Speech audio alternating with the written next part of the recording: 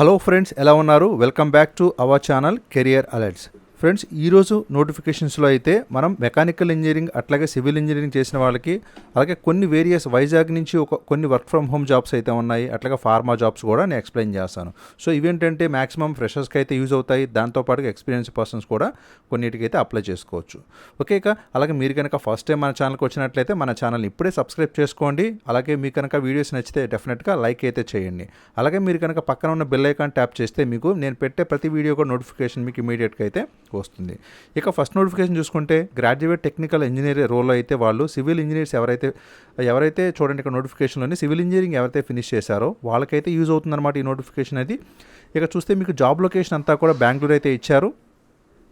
ఇక కంప్లీట్గా చూస్తే ఇదేంటంటే as one of the best leading consultancies operating in the built and natural environment అని అయితే వాళ్ళు ఇచ్చారు. ఇక నెక్స్ట్ కనుక మనం చూసుకున్నట్లయితే అట్కిన్స్ కంపెనీ అనమాట. ఇది మెంబర్ ఆఫ్ ఎస్ఎన్సి ఇది లావెలిన్ ఆర్గనైజేషన్ చెప్తున్నారు. సో ఇది మనకి చాలా పాత కంపెనీ, అట్లాగే ఎంఎన్సీ కంపెనీ కూడా 1911లో అయితే ఈ కంపెనీ అనేది ఎస్టాబ్లిష్ అయిందని చెప్తున్నారు వాళ్ళు.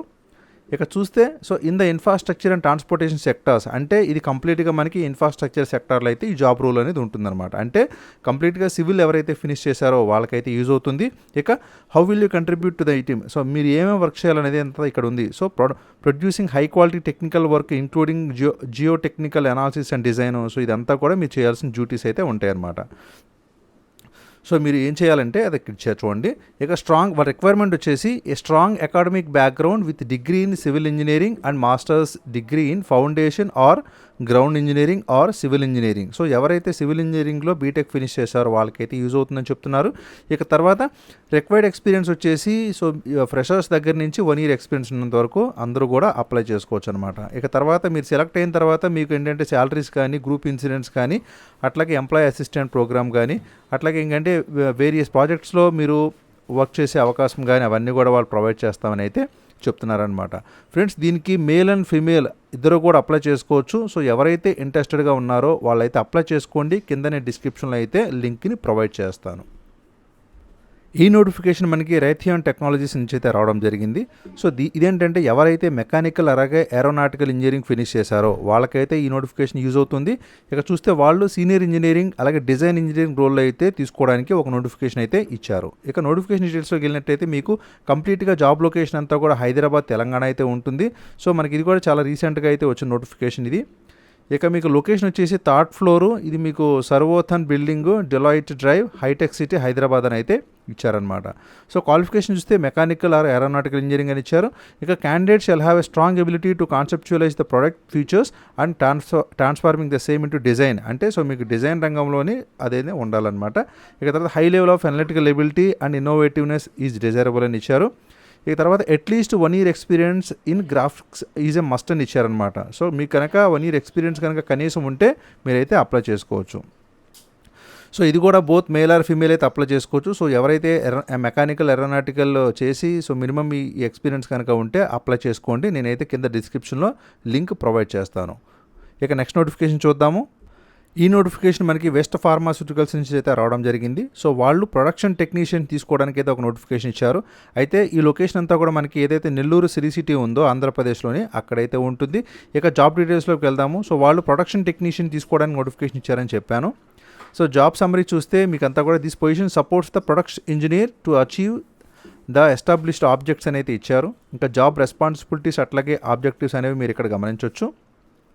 ఇక తర్వాత మోల్డింగ్ ఆపరేషన్స్లో అయితే మీరు చేయాల్సి ఉంటుందన్నమాట. అంటే సో ఈ వెస్ట్ ఫార్మాస్యూటికల్స్ ఇది ఏం చేస్తుందంటే, సో ఏవైతే ఇంజెక్షన్స్ చేస్తూ ఉంటారో యాక్చువల్గా హాస్పిటల్స్లో కానీ మెడికల్ సెంటర్స్లో కానీ, సో ఆ ఇంజెక్షన్స్ని అయితే వీళ్ళు ప్రిపేర్ చేస్తారనమాట. సో అటువంటి ఆ ఇంజెక్షన్స్ ప్రొడక్షన్ యాక్టివిటీలో మీరైతే వర్క్ చేయాల్సి ఉంటుంది.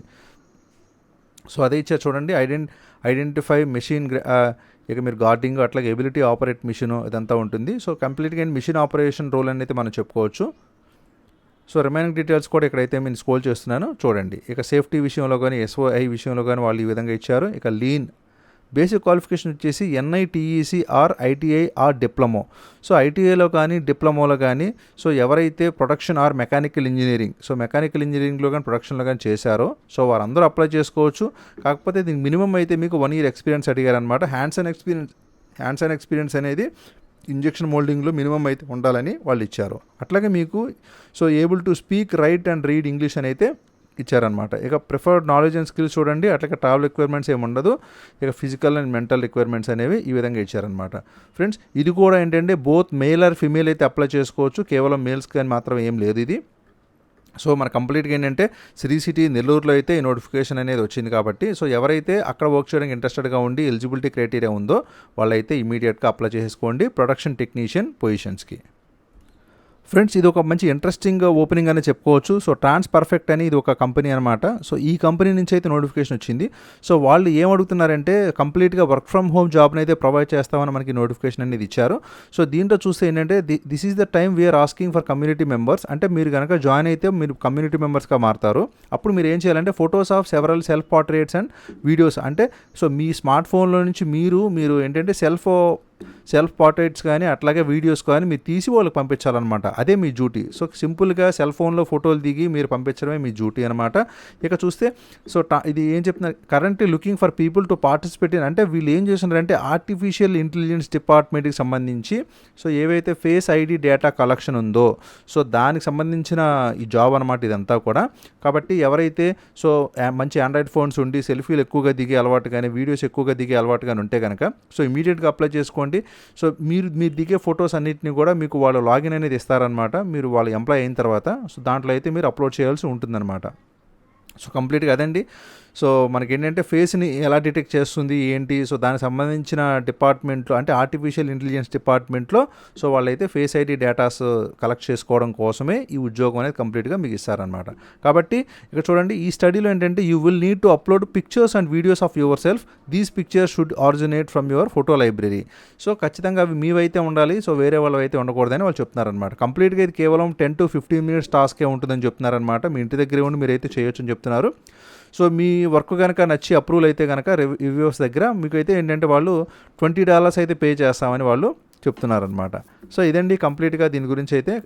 ఎవరంటే మినిమం 18 years ఉండాలి, ఆ పైన ఎవరైనా సరే అప్లై చేసుకోవచ్చు, పెద్దవాళ్ళైనా ఇంకా అందరూ అప్లై చేసుకోవచ్చు అండి. ఏంటంటే వాళ్ళకి వీడియో రికార్డింగ్ క్యాపబిలిటీ అనేది ఉండాలని చెప్తున్నారు. సో మీ డేటా అయితే ఎక్కడ కూడా మేము అడ్వర్టైజ్మెంట్లో కానీ డిస్ట్రిబ్యూషన్లో కానీ వాడము, కేవలం మా స్టడీ పర్పస్ కోసమే వాడతామని వాళ్ళు చెప్తున్నారనమాట. ఇది friends. So these could include machine learning, algorithms ఇవన్నీ ఇచ్చారు, మీరు చూడండి ఫ్రెండ్స్. సో ఇది కంప్లీట్గా వాళ్ళ అఫీషియల్ వెబ్సైట్లో ఉన్న డేటా అయితే. సో మీరు ఫిలప్ చేయడానికి ఏంటంటే సో స్టెప్ 1 పర్సనల్ ఇన్ఫర్మేషన్ అంతా ఫిలప్ చేయాలి. సో మీదంతా ఇచ్చి మేల్ ఆర్ ఫీమేల్ సో అట్లకి అందరూ అప్లై చేసుకోవచ్చు కాబట్టి అట్లా కంట్రీ గురించి అదంతా కూడా ఇచ్చి మీరైతే సబ్మిట్ చేసేసేయండి.